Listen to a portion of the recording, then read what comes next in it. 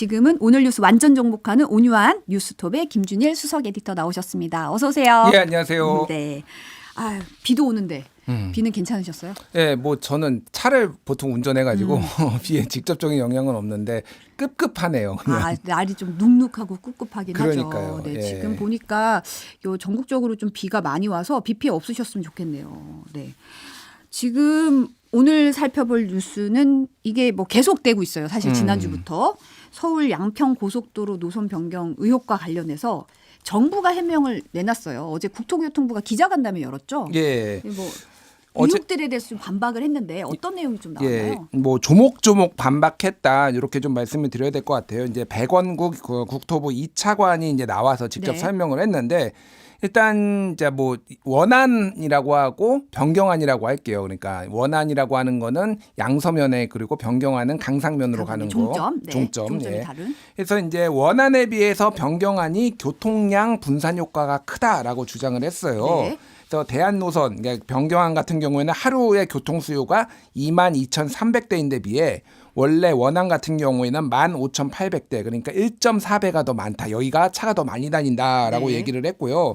그리고 그럼으로 인해서 6번 국도가 막히는 거를 정체를 해소하기 위해 만들었다라는 원래 목적에 반하는 것 아니냐 이런 지적이 있었는데 여기다 만들어도 더 많이 다니니까 다 해소된다라는 게 이제 국토부의 주장이었고요. 네. 환경 훼손 정도가 이제 덜하다라는 게 또 이제 국토부가 강조를 한 건데 변경안 같은 경우에는 상대적으로 원하는 그러니까 상수도 보호구역도 지나고 철새 도래지 점유 공간도 있는데 이쪽에는 덜하다라는 거예요. 그러니까 네. 환경을 덜 파괴한다라는 건데 요거는 뭐 반론도 있습니다. 왜냐하면은 그러니까 변경안 같은 경우에는 밑으로 지나가는데 여기가 다 산이라서 네. 터널을 많이 뚫어야 된대요. 그러니까 요거는 확정은 안 됐지만은 최대 10개를 더 뚫어야 된다. 이게 뭐 이런 얘기가 있거든요. 그러면은 터널을 뚫는 것과 교량을 하나 만드는 것과 어느 게 더 환경 파괴가 있는 것이냐 뭐 이런 논란이 있는데 어쨌든 이거는 좀 봐야 된다. 환경 영향을 어떻게 봐야 되는지는. 뭐 그런 이제 어쨌든 반론과 그런 네. 논쟁이 있습니다. 그리고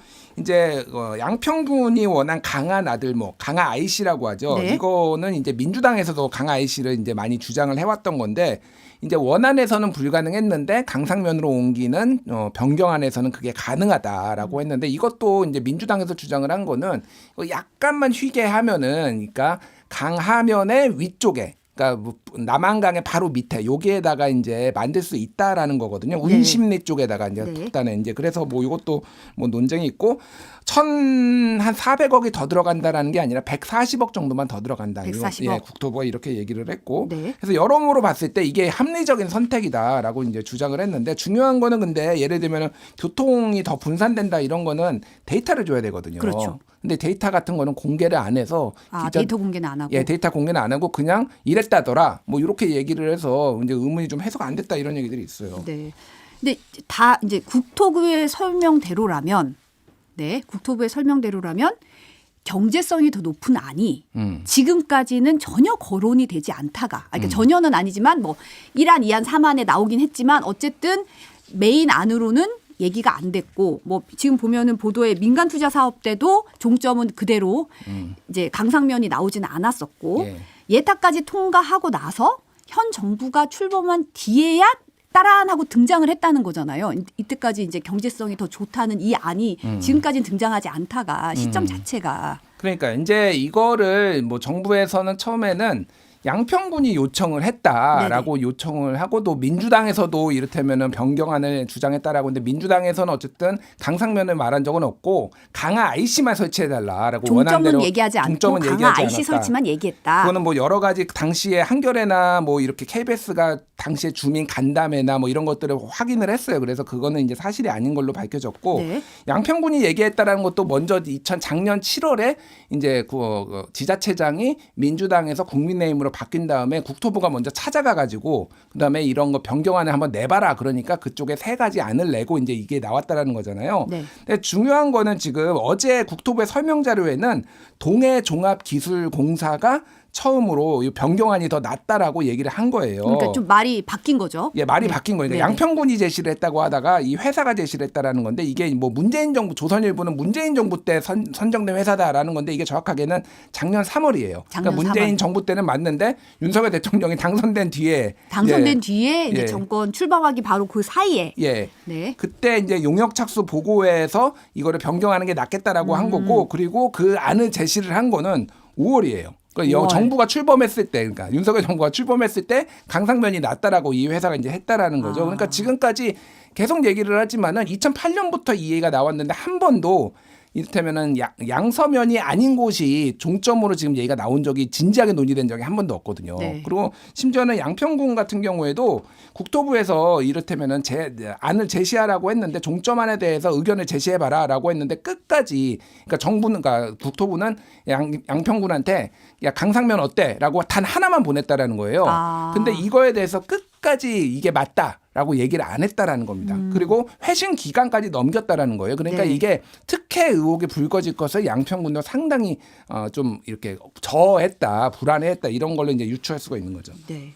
지금 사실 국민의힘과 더불어민주당은 좀 정쟁화되는 분위기예요. 여론전이 맞붙는 양상이고 이쪽에서는 뭐 물타기다 뭐 이런 얘기가 나오고 있는데 어때요? 지금 주요 쟁점들이? 그러니까 뭐 이제 다 꺼내든 것 같습니다. 뭐 이거죠. 얘기가 다 나왔어요 지금. 별게 다 나왔는데 일단은 이제 얘기가 나오는 게 이해찬 나들목, 김부겸 양평집, 김수연내 역 그리고 정동균 뭐 258평 추가 메인 뭐 이런 건데 쉽게 얘기를 하면은 이해찬 나들목 같은 경우에는 2019년에 이제 그 서울 세종 고속도로가 이제 타당성 예타를 통과를 한 다음에 연기 나들목이라는 게 신설이 됐는데 이게 네. 이해찬 전 총리 전 그 민주당 대표의 전원주택하고 가깝다라는 거예요. 근데 653제곱미터니까 대충 한 200평 정도 됩니다. 네. 그리고 2층 단독주택이 있는데 이게 특혜 아니냐라고 했는데 이걸 문제 제기를 했거든요. 그러니까 이게 재밌는 게 200평 땅도 문제 제기를 했잖아요. 그렇죠. 국민의힘에서. 근데 지금 10,000평이거든요. 그렇죠. 10,000평이 넘죠. 10,000평 정도, 11,000평 정도 됩니다. 네네. 그러니까 축구장 5개 정도 되니까 축구장에 하나 2,200평 정도 되니까 대충 11,000평 정도 된다고 보는데 200평도 문제 제기를 하면서 본인들은 그 11,000평에 대해서는 가만히 있어야 되냐는 이게 오히려 그러니까 뭐 어찌됐든 논란이 있었지만은 이게 문제 제기를 하는 게 말이 안 되느냐. 이거가 오히려 반박이 되는 거죠. 그러니까. 그 김부겸 양평집도 마찬가지입니다. 2021년 4월에 김부겸 총리가 거기 이제 강하면이에요. 거기는 IC가 신설되는 강하면 이쪽에 이제 전원주택을 샀다라는 거예요. 근데 이것도 살고 계시자 예, 살고 살고 있어요. 네. 지금까지 지금 그래서 한 180평 정도. 네. 예, 이것도 집인데 이것 때문에 민주당이 강화 IC를 만드는 거 아니냐, 요구한 거 아니냐 이제 이렇게 나온 거죠. 그러니까 이런 얘기도 있고 네네. 김수연내 역 같은 경우에도 이제 도시철도 위례 과천선에 문원역 신설안을 넣었는데 여기에 김수현 청와대 정책실장의 집하고 가까워서 이거를 당시 국민의힘에서 보수정당에서 김수현네 집이라고 이름을 붙였어요. 네. 심지어는 이거는 철회가 됐습니다. 그래서 그러니까 저는 그러면 이렇게 논란이 되면은 철회하면 되잖아요. 그러니까 이게 그러니까 오히려 정당성을 부여해 주는 거예요. 그러니까 문제 제기를 할 만하다. 이렇게 작은 것도 문제 제기를 할 만하다. 근데 10,000평이나 있다. 그러니까 일부는 철회를 했다. 그러면은 철회를 하면 되는 거 아니에요? 지금 현재 바뀐 안을? 그러니까 이게 철회를 한 게 아니라 엎었죠. 그러니까 제가 말하는 거는 지금 변경안을 정부가 그럼 재검토를 해야 되는 거죠. 그러니까 그렇죠. 다시 원안으로 가야 되는 거죠. 이 논리라면은. 그러니까 왜냐하면 문재인 정부도 엎었으니까 다시. 네, 그렇죠. 그러니까 네. 이게 본인들이 어떻게 보면 자승자박이다. 뭐 이렇게 좀 평가를 할 수도 있을 것 같아요. 어제 사실은 온도차가 좀 있긴 했어요. 기자간담회에서 백원국 국토부 2차관은 정상적인 여건이 충족되면 사업이 재개질 수 있다고 했는데 원희룡 장관은 본인이 백지화 선언했으니까 정치 공세가 계속되면 재추진 없다. 이런 걸 이제 행사에서 얘기했다고 전해졌거든요. 그러니까 보면 이 온도차는 뭐라고 해석해야 되죠? 그러니까 전체적으로 보면은 여론이 너무 심하게 출렁이고 있다라는 것에 대해서 여당 내에서도 지금 약간 우려다. 장관이 오바했다 뭐 이런 평가들이 나오고 있거든요. 그러니까 네네. 일종의 이제 출구 전략을 좀 마련해야 된다라는 건데 지금 이것도 혼선이 지금 빚어지고 있으니까 사람들이 이제 갈팡질팡하는데 여론조사가 좀 재밌는 게 있습니다. 네. 리얼미터가 이제 보통 월요일 날 발표를 하잖아요. 네. 지난 3월 3일에서 7일 이제 지난주에 조사를 해서 어제 이제 10일 날 발표를 했는데 윤석열 대통령 지지율은 2.9% 포인트 하락한 39.1이에요. 전주보다. 그러니까 조금 빠졌는데 그런데 이게 데일리로 매일 조사를 하거든요. 근데 지난 6일 날에 원희룡 장관이 백지화 선언을 했잖아요. 네. 근데 그날은 하루에 7.6%포인트가 빠졌어요. 그러니까 이게 이 여론 리얼미터에서 분석한 게 후쿠시마 오염수보다는 이거는 거의 이 사업 백지화가 결정적이었다라고 보고 있거든요. 물론 이제 점점 올라가지고 했지만 아직도 그 여파가 있다라는 거고, 이거를 봤을 때 그러면 이거 경기도 전국 선거, 특히 경기도 쪽에는 이거 선거 치를 수 있냐? 양평은 민주당이 책임론을 이제 제기해가지고 뭐 이길 수 있지만 뭐 양평은 원래 맨날 이겼어요. 그러니까 국민의힘이 국회의원이 아닌 적이 없습니다. 민주화 87년 민주화 이후로. 그러니까 양평이야 뭐 그렇다고 치고 나머지 지역에서 이거 좀 불리해지는 거 아니야? 그러니까 출구 전략을 좀 마련해야 된다는 목소리 있는데 원희룡 장관은 강경하고 뭐 요런 지금 상황인 것 같아요. 보니까 양평뿐만 아니라 사실 이게 경기 남부에 어떻게 보면 교통 해소 효과가 있기 때문에 양평, 하남, 광주시장이 공동 입장 발표했더라고요. 재추진하자. 예. 그 국민의힘 소속들이잖아요. 예, 뭐 거기가. 국민의힘 소속들이고 사실은 이게 이제 양평과 하남과 광주와 하남 이렇게 이제 연결되는 도로니까 이게 다 이해관계가 있고 생기면은 무조건 좋은 거예요. 그러니까 이 입장에서는 어쨌든 그러니까 1조 7천억 원이나 들어가는 국책 사업이니까 그래서 어떤 식으로든 이제 재추진을 하자라는 거고, 뭐 이제 세계 지자체가 강화 IC는 만들자. 그리고 중첩 규제로 고통받는 주민들의 생활환경 개선하자. 그리고 선교통 후 입주를 목표로 하자. 뭐 이런 등등등의 얘기가 나왔는데 어쨌든 지금은 주민들이 원하는 방향으로 하자라는 거니까 뭐 최근에 그 국민의힘에서 나오는 게 여론조사로 이거를 하자. 뭐 이런 얘기도 나오고 아니면 네. 주민투표로 하자. 근데 이럴 경우에는 사실은 이 정도로 노선이 바뀌면은 예비타당성 조사를 다시 해야 된다라는 게 일반적이에요. 그렇죠. 근데 이게 논란이 된다고 뭐 이런 식으로 예타 면제 이런 식으로 하고 주민투표로 하면 앞으로 추가적으로 국책 사업에 대해서 다 우리도 주민투표를 하게 해달라 이런 식으로 일종의 굉장한 포퓰리즘에 발생할 수가 그렇죠. 있거든요. 안 좋은 선례를 남길 수 뭐 있죠. 양평 국민들의 입장에서는 굉장히 아쉬운 상황이지만은 이 정도로 바뀌면은 사실은 그래서 유승민 의원은 타당성 재조사 예타까지는 아니지만은 재조사 그런 방식이 있으니까 이런 식으로라도 하자 뭐 이런 식의 아이디어들이 지금 나오고 있는 상황입니다. 근데 원래 예타 조사할 때는 0.5 이상이었는데 0.5 이상 아주 간신히 넘겼었고 0.508이 나와 AHP 이제 적합성 조사에서. 적합성이. 예. 네. 그런데 지금 설명대로라면 경제성으로 봤을 때는 이게 훨씬 더 좋은 안이라고 지금 국토부가 주장하고 있는 거라면 훨씬 더 경제성이 좋다는 얘기잖아요, 지금. 요거는 조금 배경 설명을 드려야 되는데, 그러니까 지금 양평군의 인구가 12만 명이에요. 네. 그런데 위쪽에는 이제 서종면이라고 있는데 여기에는 서울 양양 고속도로가 있어서 북쪽에 사는 사람들은 대체적으로 서울을 갈 때 그거를 타고 들어갑니다. 그쵸. 서울 네네. 양양이고 요거는 대충 이거를 양평군만으로 따졌을 때 한 6만 명에서 7만 명 정도가 이용한다고 보면 돼요.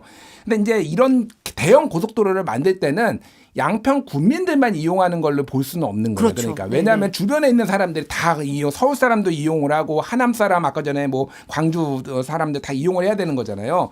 그러니까 문제는 그쪽에 위쪽에 했을 때는 서울 사람들이 이용하기에 수도권 사람들이 드물머러 가기에 상당히 좋기 때문에 이게 AHP가 상당히 높게 나온 거예요. 그러니까 이게 인구가 적게 이용해도 불구하고 그런데 이게 변경을 했을 때는 물론 해봐야 알겠지만은 예타를 통과했을지 장담할 수 없는 거죠. 뭐 이런 이제 맥락들이 있는 거죠. 그러니까. 네.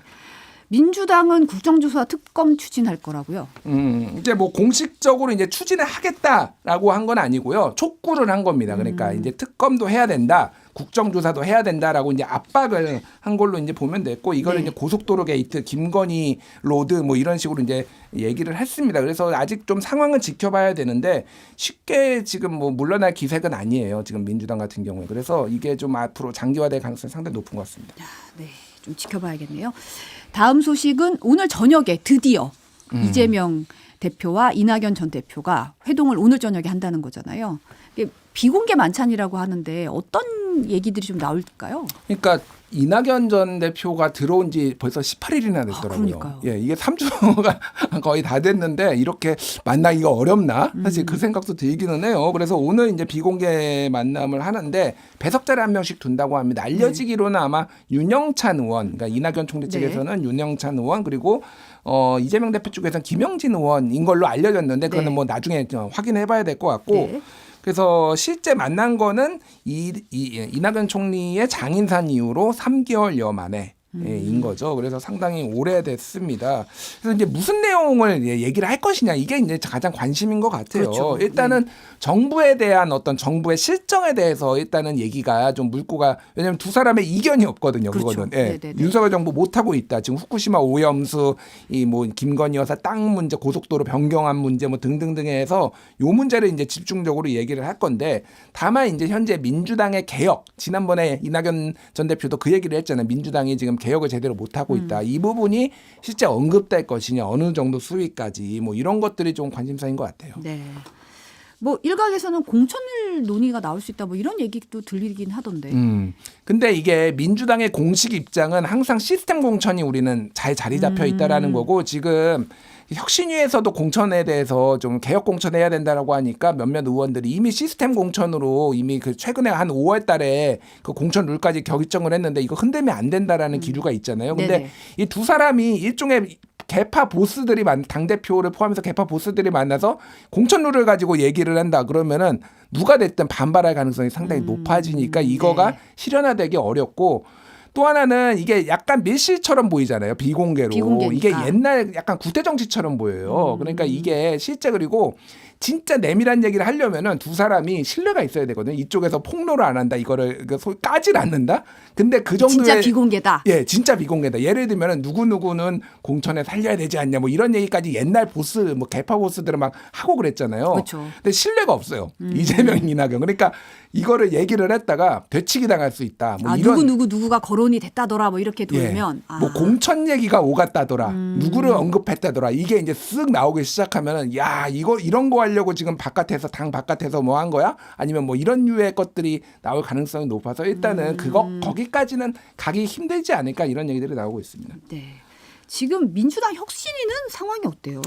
그러니까 혁신위는 비명도 만족 못하고 친명도 약간 뭐 이렇게 뭐 만족 못하는 약간 이런 상황인 것 같아요. 이제 지지부진하다라는 것 같은데 지난번에 존재감을 드러내기 위해 민주당은 콩가루다 이렇게 이례적으로 이제 공개 모두 발언을 이제 공개했잖아요. 센 발언들이 나왔죠. 근데 그 이후에도 뭔가 이제 혁신이 그러면 1호 혁신안은 나왔고 2호 혁신은 꼼수 탈당을 막는 것들인데 그게 제대로 제안까지 그런 거를 하겠다라는 건 나왔지만 이게 당에 공식적으로 제안이 가지도 않고 아직 이제 그 의원들이 뭐 의원총회나 이거 논의도 안 한 상황이고요.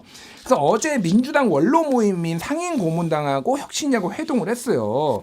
그런데 이제 고문들이 혁신위원들의 이제 전원으로 들린 거를 보면은 고문들이 격려도 하고 쓴소리도 많이 했는데 혁신을 더 세게 해라, 잘하라 이런 얘기를 이제 많이 했다라는 거예요. 여기 존재감을 더 드러내야 된다. 그렇죠. 고문이라고 하면은 김원기, 권노갑, 문희상, 임채정, 정세균, 박병석 진짜 원로들, 민주당의 진짜 원로들이니까 이분들도 지금 당이 조금 쇄신을 제대로 못 하고 있다. 뭐 이런 얘기들이 지금 그런 그렇게 비춰지고 있는 걸로 보이고 어쨌든 1호 쇄신 불체포 특권 같은 경우에도 이게 받은 건지 안 받은 건지도 약간 애매한 상황에서 지금 논의가 다 멀어지고 있고 뭐 이러니까 이게 지금 혁신위 입장에서 좀 답답한 상황인 것 같아요. 네.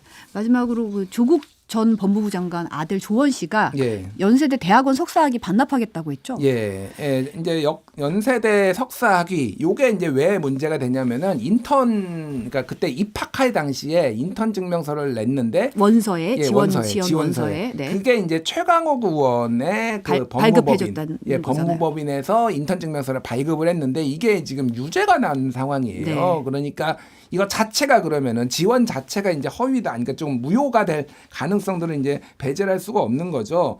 그래서 이제 그거를 이제 반납을 했다라는 건데 연세대 측에서는 약간 당황하는 분위기. 왜냐하면 이런 식으로 학위를 반납한 사례가 없기 때문에 뭐 당혹하겠다라는 뭐 이런 얘기도 있고 그에 앞서서 조민 씨 같은 경우에도 지금 고려대와 부산대 관련해서 지금 소송을 지금 진행 중이잖아요. 그러니까 그쪽에서 지금 학위를 취소한다든지 이런 것들에 대해서. 근데 그것들을 다 취소하겠다. 반성하겠다 이런 식으로 이제 지난 7일에 이제 말한 바 있습니다. 네. 이게 그러면 이런 결정을 내린 이유가 뭘까요? 이런 결정은 크게 보면 세 가지인 것 같아요. 하나는 지금 조국 전 장관이 지금 재판에 집중하겠다. 지금 당장은. 왜냐하면은 지금 대법원에서 주거지 PC와 관련해서 증거 능력을 지금 다툼 중이라고 하는데 동양대에 있었던 PC 같은 경우에는 이게 증거 능력이 인정이 됐는데 이거는 지금 논란이 있어요. 네. 그래서 이 부분에 있어서 이게 조국 장관의 정당성, 좀 억울하게 당했다라는 정당성을 좀 부여할 수도 있기 때문에 이 부분에 있어서 집중할 해야 된다라는 거. 또 하나는 지금 조민 씨하고 조원 씨 같은 경우에 기소될 가능성도 있어요.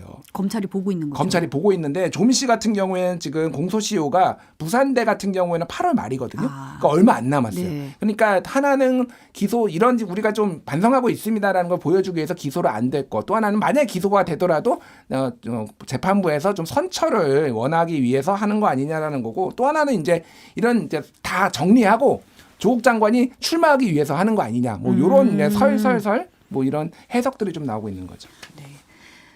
요거 오전에 이제 방송법 시행령 개정안이 국무회의에서 의결이 됐어요, 결국. 예. 네. 이러면 어떻게 되는 거죠? 바로? 그러니까 이제 개정안에는 KBS가 지정으로 수신료 징수 업무를 위탁받은 자가 납부 통지 징수를 할 때 고유 업무와 관련된 고지행위와 결합해 행할 수 없게 된다는 내용이 담겼는데 쉽게 얘기하면은 분리징수하라는 거고요. 그러니까 전기요금이랑 같이 내던 거 따로따로 내게 하라 이거잖아요. 예, 지난번에는 방통위가 의결을 한 거고 네. 이거는 대통령이 이제 결재를 했다 이렇게 보시면 될 것 같습니다. 그래서 지금 대통령은 리투아니아 지금 방문 중이거든요. 그래서 전자결제로 이제 개정안을 제가 이제 전망 아직 그러니까 대통령이 제가한 건 아니고 국무회의 통과죠. 국무회의 통과고 대통령이 제가하는데 뭐 제가는 당연히 될 테고요.